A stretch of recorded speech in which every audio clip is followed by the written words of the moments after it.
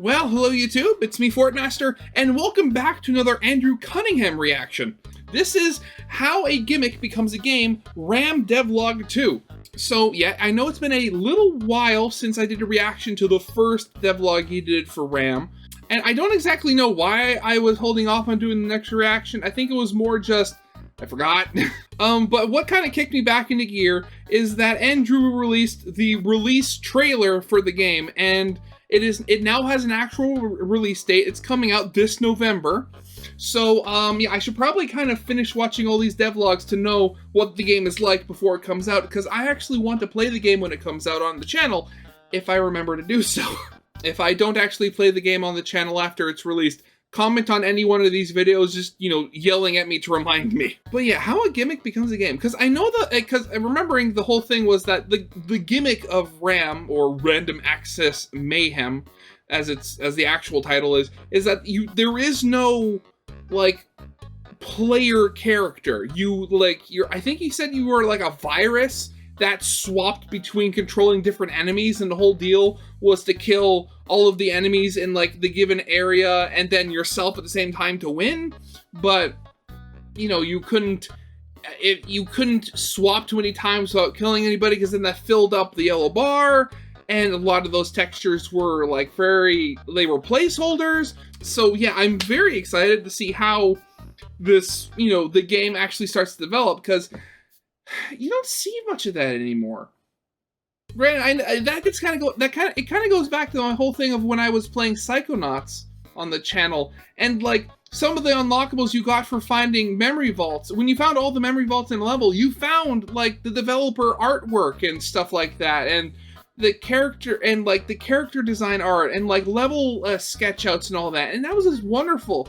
It sort of kind of like extends very similar to the whole thing. Like, the biggest thing we've lost in the age of streaming is DVD and Blu-ray bonus features, where you don't see like the making of, or like you don't see bloopers anymore, which just sucks. It's this kind of stuff. I love seeing the behind the scenes sort of stuff behind this, because, you know, I love to see how the stuff is made.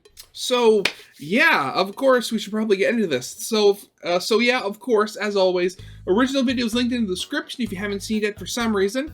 Corner video will lead to my Let's Play of the day, and yeah, let's finally get into this then, shall we? What does RAM mean to you? RAM, RAM, RAM, RAM, RAM, RAM, Rampart, Ramekin. Oh, one other thing. In my reaction to the devlog 1, I was mistaken into thinking that he was actually making this game with Toby Fox. He is not. The reason he put Toby Fox's face or avatar over his friend was a joke, because it's literally just a friend of his whose actual name is Toby. I can be very dense sometimes. I'm very sorry about that. What does RAM mean to you? RAM, RAM, RAM, RAM, RAM, RAM, Rampart, Ramekin, Ramen, Ramstein, Rambo, Ramanujan, Ram Ranch. Okay, Andrew, I think we're getting a bit off topic here. We asked viewers what RAM means to them. I used to be covered in hideous warts and boils, but ever since I started taking RAM, my skin's cleared up and I've noticed a 15% increase in muscle mass. RAM is shit. The D shit. Sorry, I got confused. Don't listen to them! They got you trapped in late cash every day! All I need is protein! RAM to me is, I don't know, a fucking indie game or something? Some kind of roguelike shooter? Devs keep saying there's no player character. Like, what does that even mean?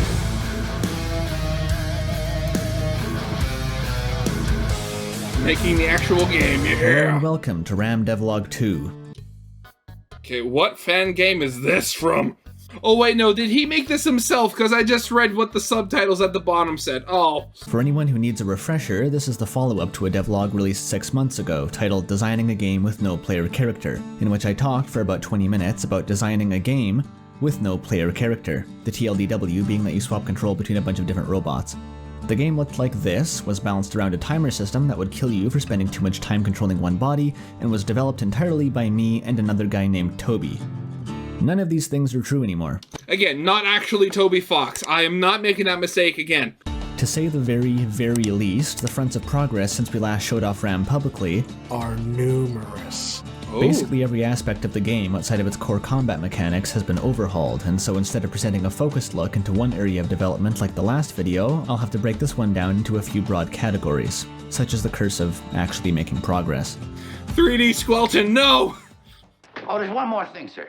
Wait, Columbo says there's one more thing. Oh, right, that. I'll just let you see this for yourself.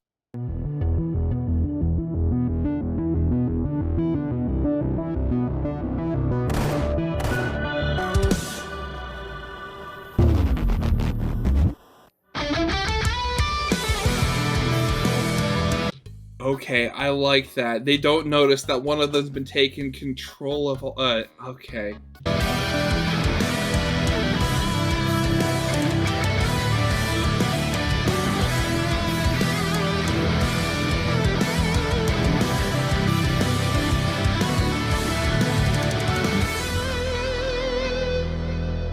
That means the demo's out. Public demo. You can play it right now. Right the fuck now on Steam. Go play the demo. Okay, back to the devlog.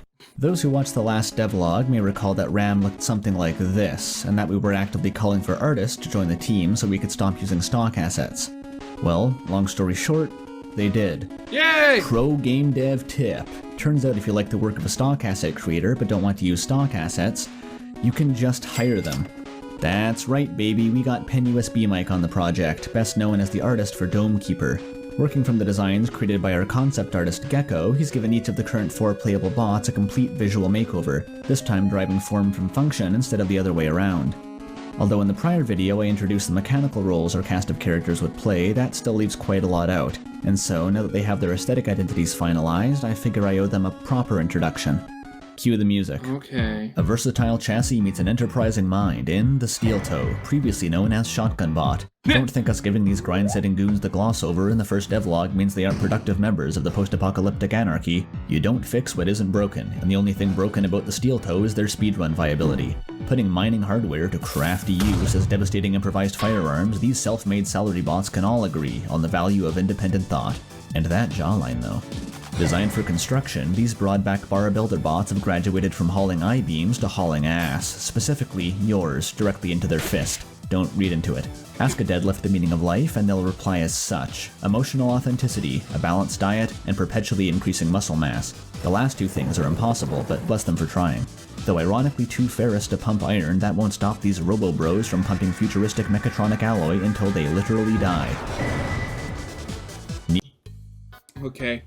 I'm loving this already. I mean, the fact, oh god, we're getting lore. Wait, no, would this be serious lore? Well, I mean, he said to say they were construction bots before, and then there was okay, never mind. I'm thinking way too much into this. Oh, why am I spoiling the mood? Neither rain nor snow nor hails of high caliber gunfire will stay these swift messengers about their duty, especially when that duty is looking cute and the messages are pipe bombs. When these you social little goblinoids say they have an image board to run, they mean that literally, up to and including running you over if you obstruct their logistic network.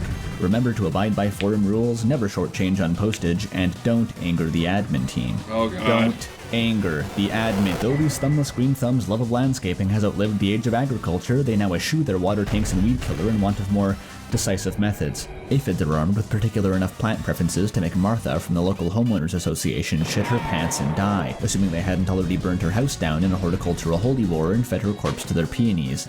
They're also militant fascists. So anyway, the new sprite works Oh, pretty really? good. Okay. Unfortunately, though, the reality of game dev, as I've come to understand it, is that collaborating with artists on character designs is the fun part. The real struggle lies in these things: environmental tile sets.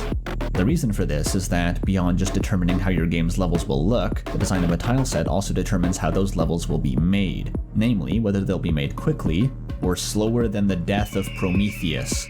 Coincidentally, that's also about how fast production of my last video went, which meant that I was stuck working on that while this tile map development process was underway. As such, I'll pass this one off to Toby, who was actually, there. Oh, yay! Before talking about tile sets and art, we really need to start with level design. Let's take a quick trip back in time before the first devlog, before RAM was even a roguelike, back when it was a simple game jam game called Golem?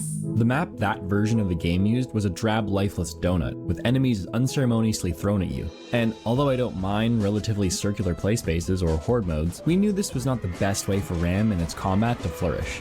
A roguelike was the obvious choice of genre, but how would our version of a roguelike work? Would it be a procedurally generated grid or handmade rooms in a sequence like Hades? Should it not be a roguelike at all and instead be a neon white fueled speedrunning game making best use of each bot's kit?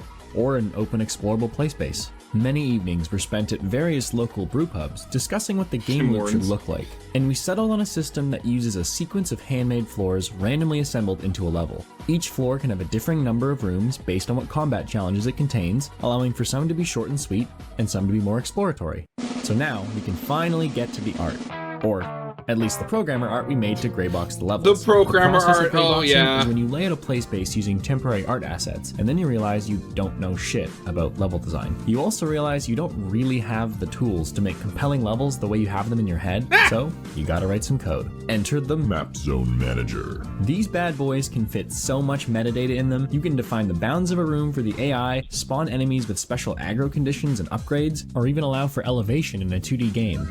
We added another layer of randomness here, as we could make multiple encounters that are randomly selected for the same room. So each time you play a level, you get to put your hand into the RNG grab bag and hope you don't ruin your speedrun with a bad spawn pattern. So now we had levels, and they were fun enough to play even if they looked like the Backrooms meets Chemical Plant Zone. The next step was to make them look like an actual game people would want to play. Enter the Gecko. Our art director is a polymath for not only concept art and character sketches, but design in general. And like all great artists, she steals. Not literally, of course, just when two guys who don't know anything about art say, make it like Hyperlight Drifter, then she goes and dissects the things that make it tick. But not only HLD, also Hades, Into the Breach, Rainworld, and other beloved indie games. We spent hours looking at how they layered their tiles, what was decoration and what was a physical object, as well as how the lighting was made to affect only certain areas of the floor. So we just tried to copy what they did. By layering different opacities of decorations on floors or walls, you can achieve a lot of variation with comparatively few assets. By restricting certain lights to be on a specific layer, you can start to make some really cool effects. Add some scuffs, cracks, and some moss along with the scattering tool from Godot's tile map, and you can also be very lazy, but still make things look good. As we continue to improve on this workflow, we're still adding new art and decorations to really make the game as polished as possible. Keep in mind, this is all just for the first level of the game, which takes place in and around a derelict power plant built into the side of a mountain. The other levels will also have similarly fun post-apocalyptic theming. Okay. So I wonder, they'll probably go into it. I wonder if this game, like after it's released, I wonder if they'll have like workshop support. Because if they've obviously made like, you know, the whole tile set and level editor and stuff like that. I wonder how easy it would be for them to, you know, publicize that, make it just a part of the game and people make their own levels and just throw them onto the workshop for other people to have fun with. Again, just going back to the whole thing with the lighting itself. Like, I've been hearing, you know, since Unity kind of, you know, shot itself in the face, I've been hearing a lot of good stuff about Godot, and it wasn't until recently that I even knew you could make, like, 3D games in it. Like, I thought it was very much, you know, just a 2D game engine. So, if you want to know the game I found out about it, it's called, if you want, so, yeah, as I said, like, I didn't even know you could make 3D games in it. So if you haven't, I knew it was making the rounds on Twitter, but if you haven't, look up a game called, PVKK. Oh god, what's the actual full name of the title? Planetenverteidigungskanonenkommandant. Planetary Defense Cannon Commander. Yeah, so that's also another game I want to play, you know, when that comes up. But unlike RAM, that does not currently have a release date. So yeah, back to RAM, because I want to learn more about this game and get excited for it when it actually releases. Actually, yeah, it has a demo. I could probably play that on channel too. Again, more stuff to add to the list. Put all this together, then bam, all of a sudden you have yourself a pretty nice play space. But you can't just have a nice room. It's a You have to bullet put hell, things it's inside pure it. chaos. And so, like any good game, we added Destructible objects. Oh, wonderful. tired of shooting murderous bots. The ceaseless violence isn't enough to satiate your thirst for destruction. Why not smash a shelf? Your very own rage room in the palm of your hand. So to recap, we had randomly assembled levels that looked nice, a pseudo Mario Maker system to put things in them, and fun encounters to fight through. What was the other thing that all roguelikes have? Oh wait, what's Upgrades! that stick of RAM on the floor there? Well, Toby, that's what us roguelike fans like to call an upgrade. Or item, perk, mutation, boon, tarot card, whatever. In RAM they're called upgrades, and they're not actually a new feature to the game at all. I referenced their existence in the previous devlog, but only in passing, since I figured that by current year, human society had progressed past the point where it needed to have roguelike upgrades explained to it. Looking back though, there's a couple unique details about how upgrades are implemented in RAM that warrant discussion. The first and most glaring point is that in normal roguelikes you control one character, and thus only upgrade one character. In RAM though, you play within a single run as no fewer than 4 different robot types, 8 once we add the rest, each with a completely unique moveset and potential builds to craft. This made... So wait, do the upgrades only work with like one class? So like you upgrade the damage that you do as one versus the other, or is it more of a system where you just improve any bot that you take control of? Or do you have both, or you have both general upgrades and specific upgrades? Tell me. Made it immediately clear that upgrades in RAM would have to be specific to one type of bot, as this would let us curate how each base moveset would evolve into a range of several possible builds. On top of that, we could afford to make many of the upgrades zany as all get out, since what in a game like Hades would be a run-defining Daedalus hammer boon is, in RAM, only relevant to a small slice of a run's build crafting pie. At first we toyed with the idea of letting players choose which bots would receive the upgrades, but quickly realized this was a dangerous path to tread.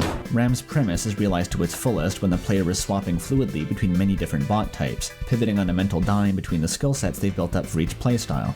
For this to work, it's crucial that some level of balance be maintained between the power of the bots as the run progresses. Balance that would almost certainly crumble to ruin in the face of the objectively optimal strat of dumping every upgrade into your favorite bot and never swapping to anything else. To prevent players optimizing the game's central mechanic into non-existence, we simply elected to take full control of that optimization out of their hands, and present most upgrades as a choice between 3 random options. Kinda like Hades. This approach will sometimes let you slot the next puzzle piece into your favorite bot's meta-destroying Death Star build, but more often than not will refuse to be so cooperative, and might even tempt you into uncharted waters with a rare upgrade for a bot that you were previously sleeping on. The second unique point about RAM upgrades actually has more to do with the next topic, so title card please. Stop me if this sounds familiar. You are playing Ultra Pizza May Cry for the first time. Your eyes drift to the top corner and are met by an imposing mass of symbols. Your brain recognizes this to be a style system.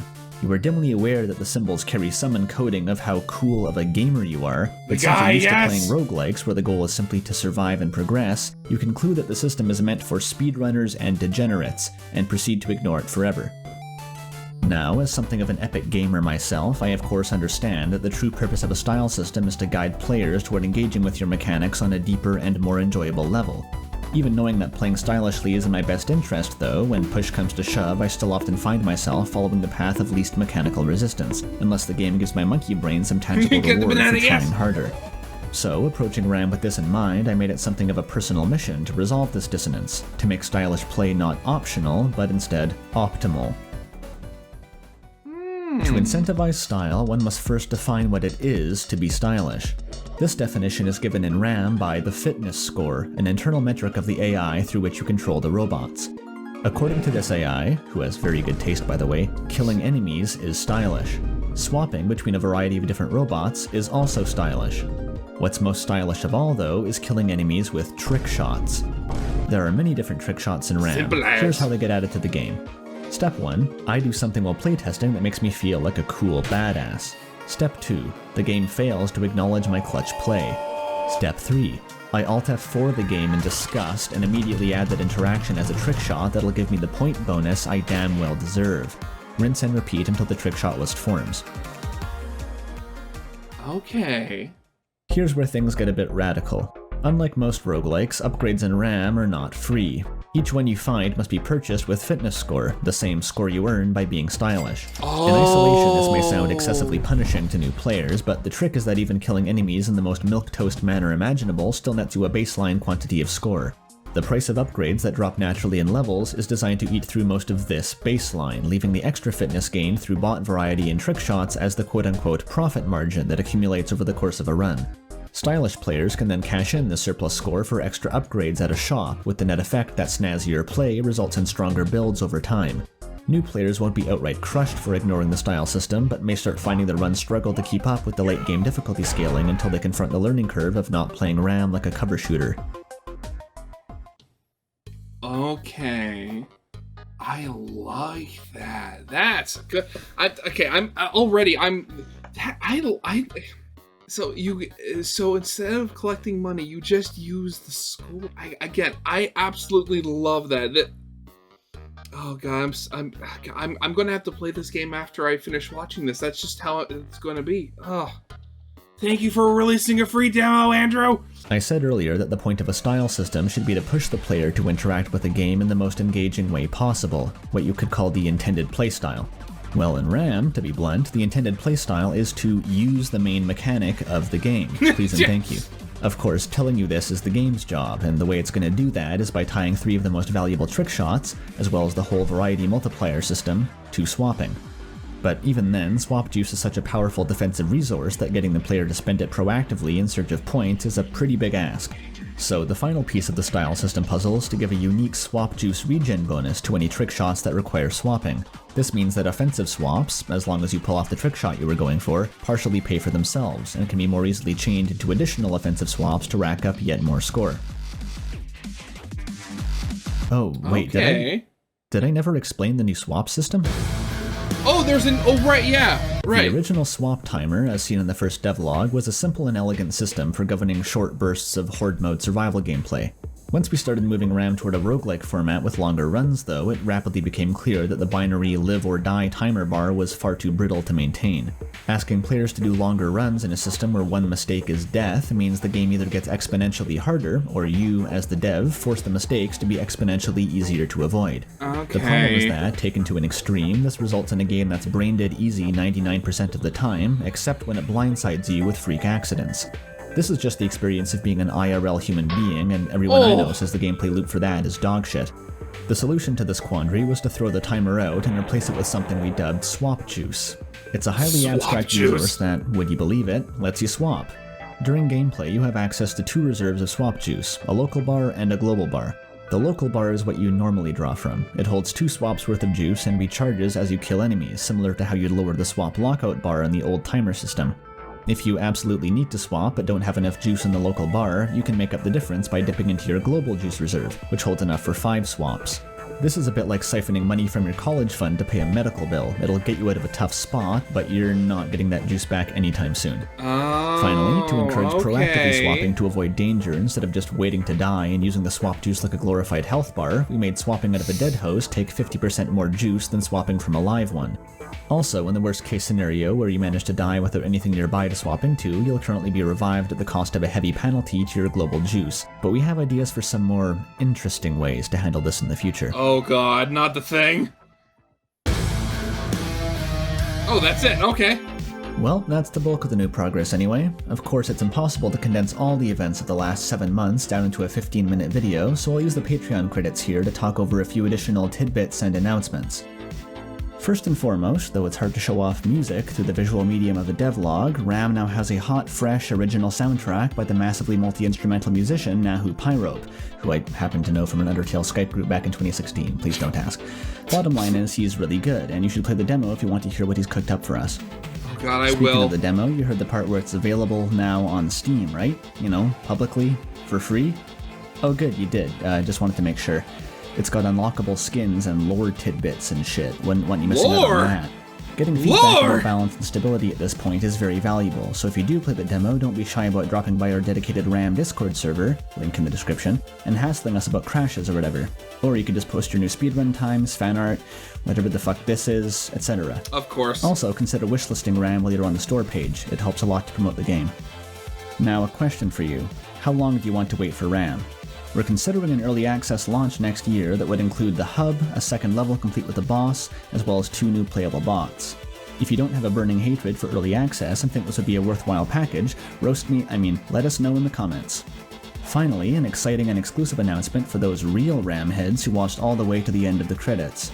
RAM has officially been granted a booth at the Seattle Indies Expo, which I assume is like PAX or E3, but if they filtered out all that, boring AAA stuff. It's a free event taking place on Sunday, September 3rd. If you're in the Seattle area, come by to say hi, play RAM, grab a cute bot sticker, get your copy of Boomerus signed, or whatever other sick fancies your soul may harbor. The expo is the same weekend as PAX, so we'll also be attending that convention as fans. If you see us waddling around in our RAM t-shirts, don't hesitate to attract their attention by loudly proclaiming the secret code phrase. Let that sink in. As always, thanks for watching, and I'll see you next time for something. You'll see. Toby has to go back to university this fall, so we'll need to stay fairly present on the game dev front to hold down the fort, but I do have plans for some smaller, weirder, non-RAM videos in the near future. Unless Toby Fox decides to drop Chapter 3, in which case, I guess I'll see you in hell. Oh god, yeah. Oh god, I am getting, this game, oh god, I'm dead. Yeah, I hopefully I get to play, hopefully I'll have time to play within the next week or so. But yeah, I am definitely going to be playing the demo for this on the channel. It just seems like such a good game. But oh god, yeah. I am so excited for this game to finally come out. And I still have one more devlog to go through before I'm up to date on them. So yeah, I guess with all that out of the way, of course, as always, original videos linked in the description if you haven't seen that for some reason. Corner video linked to my Let's Play of the day. And yeah, with all that out of the way, I hope you guys liked. If you did, leave a like, subscribe if not. And yeah, I'll see you guys next time. Goodbye.